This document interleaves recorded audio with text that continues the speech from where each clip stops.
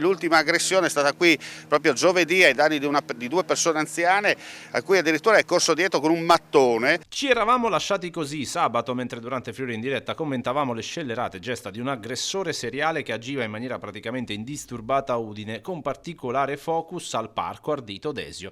La scia di aggressioni di questo cittadino italiano era cominciata proprio nel parco di Cemento nei giorni tra il 2 e il 4 giugno.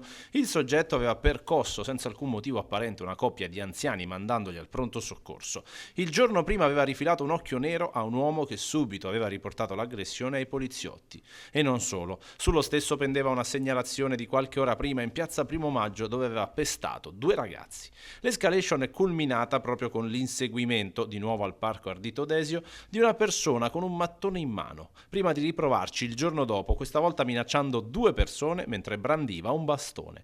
Tanto il panico seminato da quest'uomo che, nonostante la sua evidente attitudine a creare situazioni di pericolo alle persone e nonostante le svariate denunce per le lesioni e le minacce commesse, era ancora libero di circolare per Udine, dove puntualmente ha potuto replicare le sue condotte aggressive.